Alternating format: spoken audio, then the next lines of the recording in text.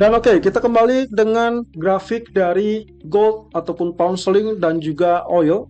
Yang kali ini kita akan langsung tertuju kepada pound sterling terlebih dulu. Anda bisa lihat di sini grafik K4-nya kecenderungannya memiliki teritori yang relatif, ya kita anggap saja dia sebagai teritori yang mungkin terkena ataupun tertahan dari kenaikannya. Jadi kalau Anda perhatikan di sini, sebetulnya kemarin dia tertahan di 1.2055 dan itu berarti berada di 38.2%. Nah, masalahnya adalah apakah dia akan reverse naik apa tidak? Karena kemarin kita sempat mengharapkan pola penurunannya itu nanti kita akan berhadapan dengan pola reversal dari inverse head and shoulder. Jadi kita berharap dia masih ada kenaikan seperti itu. Nah, masalahnya apakah itu masih bisa berlaku atau tidak? Yang jelas untuk pola kenaikan sendiri kita masih tetap harus melihat dari area ini, ya. Jadi ada area 61.8% yang paling penting, karena selama dia tidak tembus 61.8%, of course dia akan kembali ditekan turun. Jadi ini akan tetap kita waspadai sebagai potensi penurunan kembali. Nah, masalahnya apakah kita akan mengambil areal tersebut sebagai pola bullish reversal atau memang kita masih kecenderungannya mengincar sell. Nah, ada kunci utamanya, sebetulnya kita masih melihatnya dari sini teman-teman. Kalau teman-teman perhatikan, tempo hari kita sedang dalam tahapan bearish flag, kemudian ya Anda bisa perhatikan juga pergerakannya sempat naik, kemudian dia jebol pertahanan dan akhirnya tembus di bawah level ini. Nah, artinya saat dia terjadi penembusan, itulah konfirmasi bahwa kita memang sedang dalam tahapan bearish flag. Sehingga kalaupun misalkan ini diharapkan terjadi kenaikan karena memang target dari bearish flag-nya sendiri belum selesai, maka kita asumsikan bahwa kenaikan mungkin akan optimal atau mungkin tertahan lah ya, kurang lebih yang terdekat adalah 50%, 1.2090-an atau 61.8%, 1.2133. Nah, mana yang akan terjadi? Kalaupun misalkan kita asumsikan lah, misalkan dia anggap memungkinkan untuk terjadi kenaikan. Oke, kita anggap di sini kita betul-betul mendapatkan yang namanya inverse head and shoulder. Jadi yang saya harapkan kita tidak mengincar buy sebagai inverse head and shoulder-nya, melainkan setelah itu adalah kita harapkan dia kembali dipukul turun. Jadi saya akan menghindar dari yang inverse head and shoulder, melainkan saya incar zona sell-nya, dan ini kaitannya dengan potensi yang bisa terjadi saat rilis data manufacturer ataupun service PMI dari Inggris. Jadi spike itu adalah kesempatan untuk lakukan sell dengan asumsi bahwa buy on rumor sell on fact itu bisa saja terjadi. Nah, kemudian yang saya pikirkan di sini adalah kondisi dari grafik daily-nya. Ya, kemarin kita sempat sebutkan terkait dengan pola yang memungkinkan adalah double top, tapi berkali-kali juga saya ingatkan kondisi tersebut akan sangat bergantung kepada kondisi MA200. Dan guess what? Hari Jumat gagal untuk tembus dan ditutup di bawah MA200. Kemudian juga kemarin kita sudah bahas di live streaming bahwasanya kondisinya adalah menjadi potensial double bottom. Dan itu terlihat jelas di bagian ini ya. Kalau misalkan teman-teman perhatikan, ini sebetulnya bottom pertama dan ini jadi bottom kedua. Ditambah lagi kondisinya adalah dia kecenderungannya lebih rendah. Jadi kalau misalkan diperhatikan di sini, garisnya itu kecenderungan antar low, kita mendapatkan dia lower low. Sementara kalau kita perhatikan di area ini, justru dia mendapatkan area higher low. Yang berarti pula kemungkinan kecenderungannya kita mendapatkan dukungan dari bullish divergence. Cuman masalahnya adalah untuk area double bottom sendiri, maka kita perlu konfirmasi dari kenaikan ini. Ya, ini adalah neckline-nya. Saya ambil dengan garis sejajar dari bottom-nya sehingga kemungkinan neckline-nya adalah relatif garis miring. Nah, berapa itu? Kurang lebih yang kita dapatkan di sini neckline ada di 1.2166. So, garis bawah ya teman-teman. Kalau ternyata katakanlah dia tidak tembus 1.2166 ya. Jadi kalau misalkan dia tidak tembus 1.2166 di situ, berarti kita anggap ini adalah kemungkinan peluangnya setelah kenaikan itu akan terjadi rejection turun kembali. Dan itu berarti tidak terjadi sesuatu hal terkait dengan double top, melainkan nantinya dia akan menyusun sebagai mungkin bearish flag ya. Tapi lagi-lagi karena ini grafik daily, maka kita baru akan melihat hal tersebut mungkin dalam beberapa waktu ke depan. Nah, cuman masalahnya kalau Anda perhatikan dari candlestick di sini, Anda bisa lihat di sini kemarin dia ditutup dengan small candle. Walaupun sebenarnya kita bisa abaikan ya. Kita bisa abaikan karena kemarin relatif sempit datanya, kemudian ini swing tops, jadi kita juga bisa akan melihatnya dari candlestick hari Jumat. Nah, tapi karena grafik H4 tadi menunjukkan kurang lebih kita akan tertahan dan mungkin saja akan mendapatkannya adalah rejection di teritori ini, maka yang diharapkan bukan inverse head and shoulder-nya, melainkan kembali dalam fokus bearish flag. Jadi dengan demikian fokus saya masih tetap dalam posisi sell untuk pound sterling, dan seperti yang tadi sudah saya gambarkan bahwasanya area dari 38.2% sampai 61.8% kemungkinan itu adalah area pantulan sementara. Jadi sell on rally 20900 ataupun 2110, kemudian targetnya 2030 atau 1.1970. Tapi dengan catatan stop loss saya pasang di 1.2170, artinya begitu dia tembus 1.2133 atau 61.8%-nya berarti dia bisa reversal bullish. Oke, kemudian kita berlanjut kepada crude oil. Crude oil ini agak sulit teman-teman. Ya, semula kita memperkirakan akan ada inverse head and shoulder tapi juga mengalami gangguan. Tapi Anda lihat di sini yang kita sedang pantau saat ini adalah terkait dengan posisi dari triangle.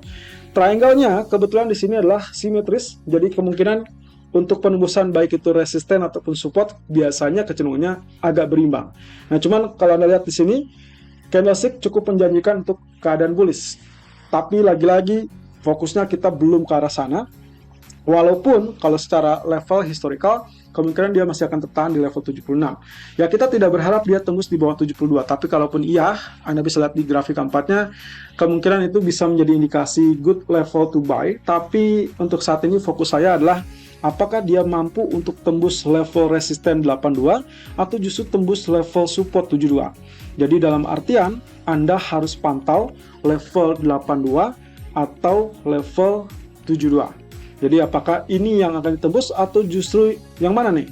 Karena dari triangle jelas-jelas dia cukup berimbang. Nah, kalau dilihat dari grafik H4-nya, maka potensi dari head and shoulder sebelumnya itu sudah jelas kita sedang dalam tahapan area pullback ya. Jadi setelah dia tembus, nah ini bagian head, ini bagian right shoulder. Jadi setelah dia tembus itu, Anda bisa lihat di sini dia belum sampai ke target maksimum karena target maksimumnya adalah di 74.40 ya. Jadi kita masih akan melihat potensinya.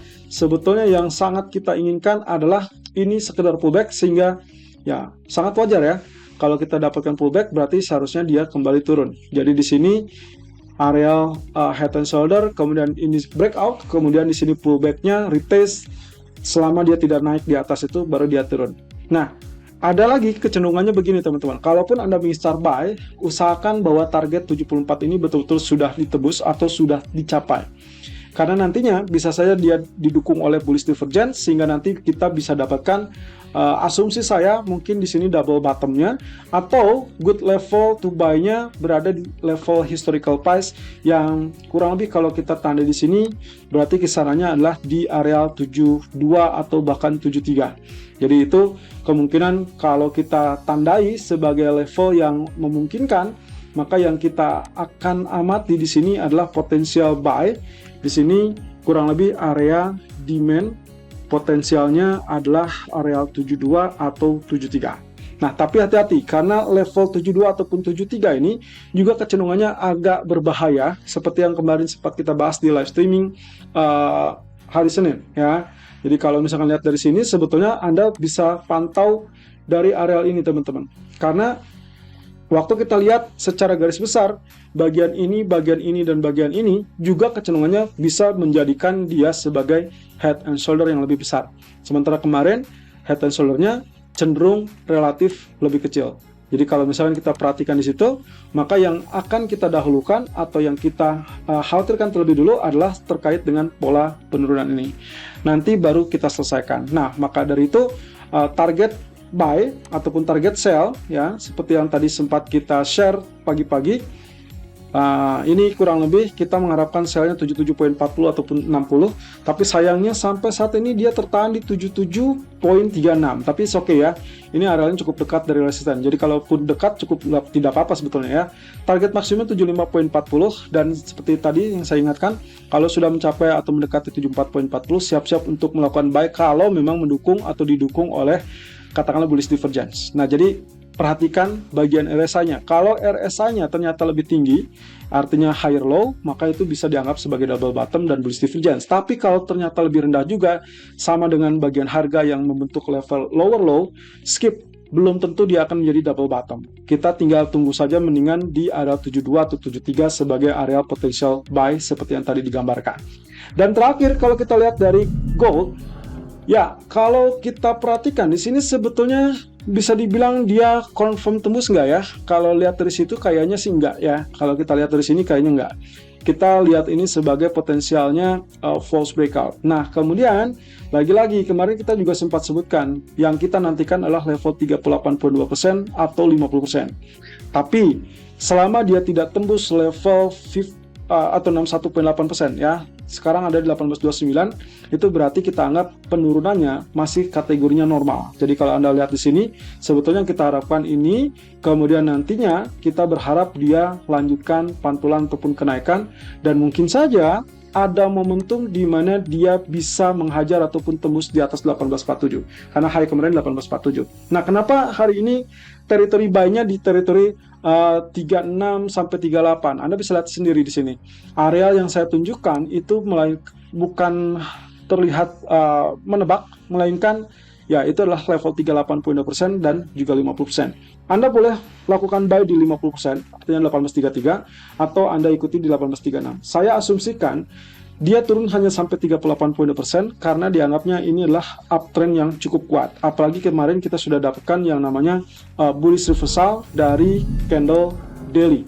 Jadi waktu hari Jumat ini sebetulnya kita sudah dapatkan tanda-tanda khusus bahwasanya dia ada potensi untuk terjadi kenaikan. Nah, ini ya, candle ini sudah cukup bagus setelah terjadinya penurunan.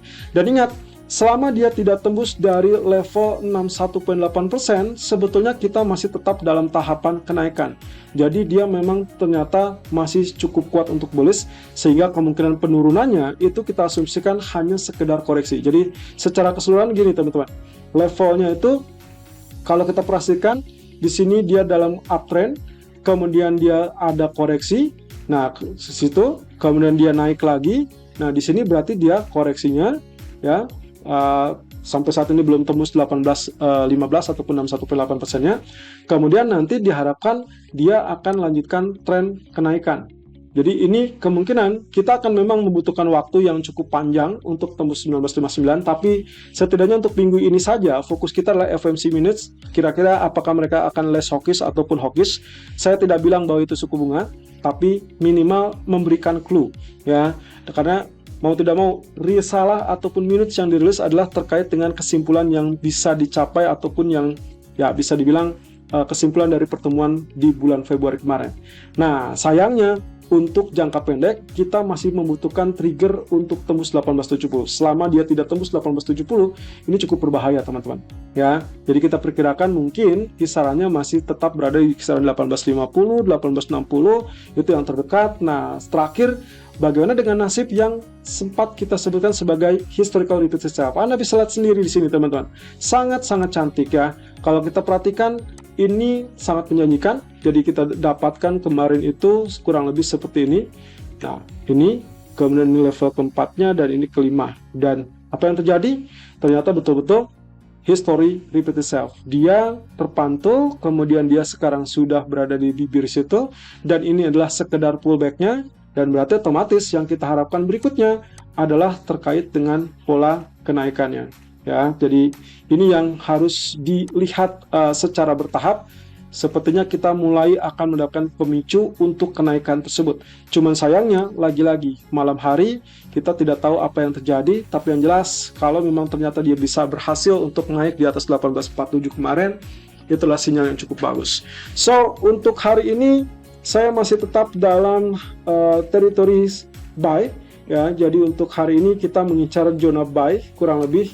Kalau Anda perhatikan, buy-nya adalah di teritori ini ya, 1836, 1838. Berarti so far posisinya sudah open dan kita tinggal tunggu ya, targetnya sampai 1844 yang terdekat, target pertama, atau target kedua adalah 1850. Dengan catatan, kalau ternyata dia berhasil untuk tembus 1847 ya, berarti kita ambil di grafik K1 ini.